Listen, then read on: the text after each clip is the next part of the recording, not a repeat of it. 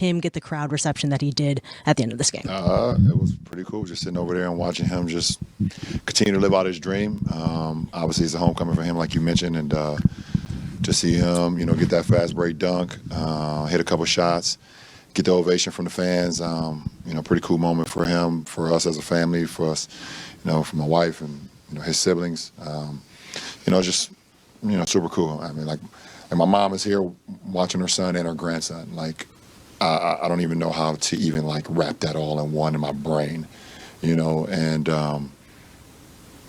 What are some of the crazy sneaker superstitions NBA players have? Athletes are notorious for being creatures of habit, following strict repetitive tasks that got them to where they are today. These three NBA players stand out for having some of the most peculiar sneaker superstitions of all. The basketball world just got hit with a bombshell that changes everything. Leaked documents have surfaced showing what appears to be a secret agreement between LeBron James and Cleveland Cavaliers owner Dan Gilbert, a deal that's been in the works for months. A deal that explains every cryptic comment, every emotional moment, every hint that LeBron's time in Los Angeles was coming to an end. The Lakers are blindsided, the NBA is reeling, and the Kings' return to Cleveland isn't just speculation anymore. It's allegedly already signed. Cavalier angle, that makes the most sense from a legacy standpoint. If you look at the Golden State, Warriors, we know that LeBron has made it clear that he wanted to play with Steph Curry for a very long time. All right, that's something that he's made clear. Draymond Green hasn't hid the fact that he would love to play at least 1 year with LeBron James. So could there be a world where LeBron goes and signs with the Golden State Warriors for 1 year? Probably.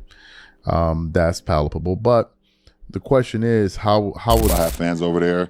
Then, I hope you have been following my career. I hope I inspired people over there to not only want to be great in sports. It started with a single image on social media.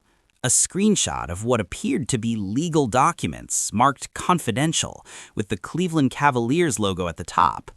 Within hours, it was everywhere, shared, downloaded, dissected by millions of fans who couldn't believe what they were seeing.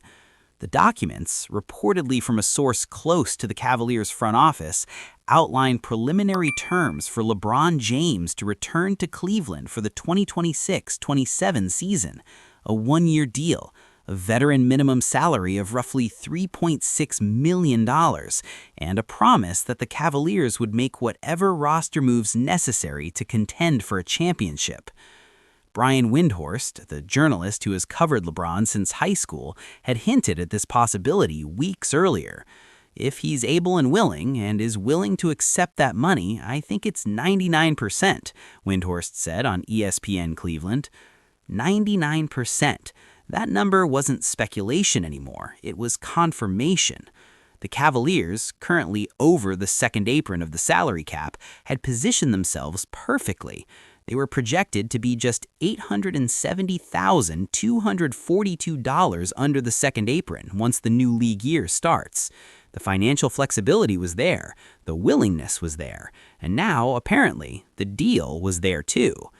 He would only come at a discount, Windhorst had explained. The only way the Cavs could add him is to get him to play at either the minimum, or maybe they could do some things to shave some salary to open the taxpayer mid-level exception where it's $6 or $7 million. The leaked documents showed exactly that structure, a veteran minimum deal with performance incentives, a one-year commitment that would allow LeBron to have his farewell tour while giving the Cavaliers a legitimate chance at a championship. The documents are out, the deal appears done, but how did we get here? The next chapter reveals the months of behind-the-scenes maneuvering that led to this moment. A little bit more here because I spent 11 years here. I did 4 years in Miami, but spent 11 years here and being able to, to come back after my Miami stint and win a championship here for this franchise, for this city. I think it was like a 52-year drought or something like that.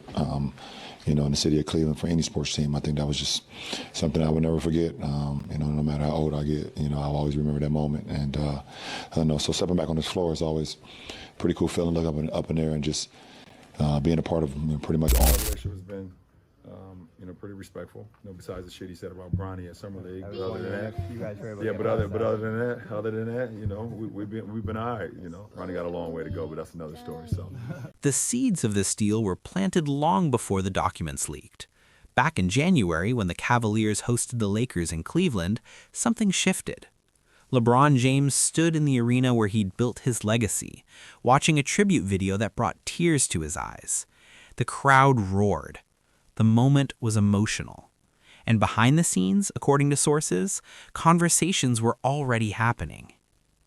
Team sources directly told McMenamin that they'd be willing to welcome the 41-year-old back for his 24th season in the NBA. The Cavaliers had previously been reluctant. Reports over the summer suggested they might not be interested in a reunion, but something changed. The success of their young core, Donovan Mitchell, Evan Mobley, Jarrett Allen, made them believe they were one piece away, and that piece was LeBron. The James Harden trade in early February was the first domino. Cleveland swapped Darius Garland and a second-round pick to the Clippers for Harden, signaling they were all in on winning now. Suddenly, a roster with Mitchell, Harden, Mobley, and Allen looked like a legitimate contender. Add LeBron James to that mix, even at 41, and you're talking about the favorites in the East. A roster with James, Mitchell, Harden, Evan Mobley, and Jarrett Allen would be a good starting point for a team trying to win a championship, Bleacher Report noted. The Cavaliers also acquired Keon Ellis in a separate deal, adding size and defensive versatility to complement Harden and Mitchell's offensive firepower. Every move was calculated. Every trade was made with the summer in mind. Meanwhile, in Los Angeles, the Lakers were sending their own signals. They pivoted to Luka Doncic as their franchise cornerstone. They made it clear they expected LeBron to take a significant pay cut if he wanted to stay. One NBA source put it bluntly. It's not like if they get turned down by Peyton Watson in free agency, they can fall back on LeBron. He'll already be gone. The path was clearing. Cleveland was building, Los Angeles was moving on, and LeBron was watching it all unfold. The Cavaliers built their contender. The Lakers signaled their future, and LeBron made his choice. The next chapter reveals what's actually in the leaked documents. Lakers. So the Lakers had an opportunity to offer LeBron a contract extension last year, and they did not. And it's the first time in LeBron's 23-year career he's ever been on the final year of a contract. Obviously, he's left in free agency at times when he's opted out of a contract. Right. He's never, ever been on the last year of a contract. And I understand why the Lakers did that, because they are now building around Luka Doncic. And they probably could maybe do something better with the $52 million. By the way, when I say do something better with the $52 million, it doesn't mean... The leaked documents, though partially redacted, paint a clear picture of what a LeBron Cavaliers reunion would look like. The contract structure. A one-year deal worth approximately $3.6 million, the veteran minimum for a player with 20-plus years of service. That's a staggering $49 million pay cut from his current $52.6 million salary with the Lakers. But as Yossi Goslin of the Third Apron noted, the Cavaliers could potentially offer up to $6.1 million using the taxpayer mid-level exception. Either way, it's a fraction of what LeBron could make elsewhere. The roster flexibility. The documents include provisions for the Cavaliers to make additional moves to clear cap space and potentially offer LeBron more than the minimum. One proposed scenario shows a modest 2-year, $8 million contract that includes both a player option and a no-trade clause. That structure would give LeBron flexibility and control over his future while carrying just a $3.9 million cap hit. The championship promise. Perhaps most significantly, the documents include language about the Cavaliers' commitment to contention. Donovan Mitchell, James Harden, Evan Mobley, and Jarrett Allen are all mentioned as core pieces. The deal appears contingent on Cleveland keeping this group intact and adding whatever pieces necessary to maximize their chances. The farewell tour. The documents also reference promotional considerations for LeBron's farewell tour, including jersey retirement ceremonies and tribute videos at every arena. While the financial details are redacted, sources suggest LeBron could make upwards of $70 million from streaming rights and merchandise sales during his final season. The message is clear. LeBron is willing to take a massive pay cut for the chance to end his career where it started, with a legitimate contender and with the kind of farewell celebration he deserves. The deal appears done, but not everyone thinks this is the right move. Bill Simmons has a very different take. The next chapter reveals the pushback. Not everyone is celebrating this potential reunion. Bill Simmons, the influential podcaster and analyst, went on record saying a Cleveland return would be awkward and that Golden State makes more sense. "I don't think LeBron goes to Cleveland next year," Simmons declared on his podcast. "Here's why I don't see it, because I think Cleveland's a team that could win the title this year and next year. I think they have a player that is one of the best 6 or 7, 8, 9 guys in the league who's never made the finals." Simmons argued that adding a farewell tour to a team that's already contending could disrupt chemistry and create unnecessary distractions.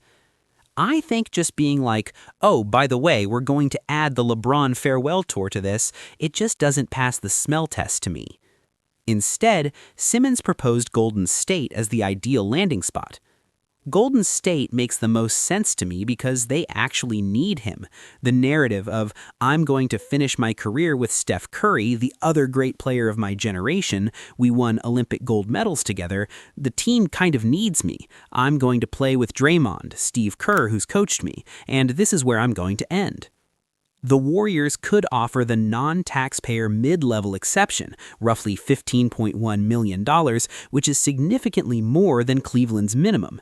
And with Steph Curry, $62.6 million, Jimmy Butler, $56.8 million, and Draymond Green, $18 million already on the books, the Warriors need LeBron's scoring and playmaking to remain relevant. But Simmons' take is the minority view. The leaked documents suggest the deal with Cleveland is already in motion. The pushback is loud, but the documents are real. The final chapter reveals what happens next and whether this deal can actually be completed. The leaked documents have changed everything. What was once speculation is now, apparently, a done deal. LeBron James is returning to Cleveland. The financial sacrifice is staggering, from $52.6 million to $3.6 million, a $49 million pay cut that most players wouldn't even consider. But for LeBron, the money was never the point, not anymore. He's virtually his own brand and conglomerate, which means he can practically print his own money by getting involved in ventures off the court, Windhorst noted. The streaming rights alone from his farewell tour could net his $70 million. The minimum salary is a rounding error.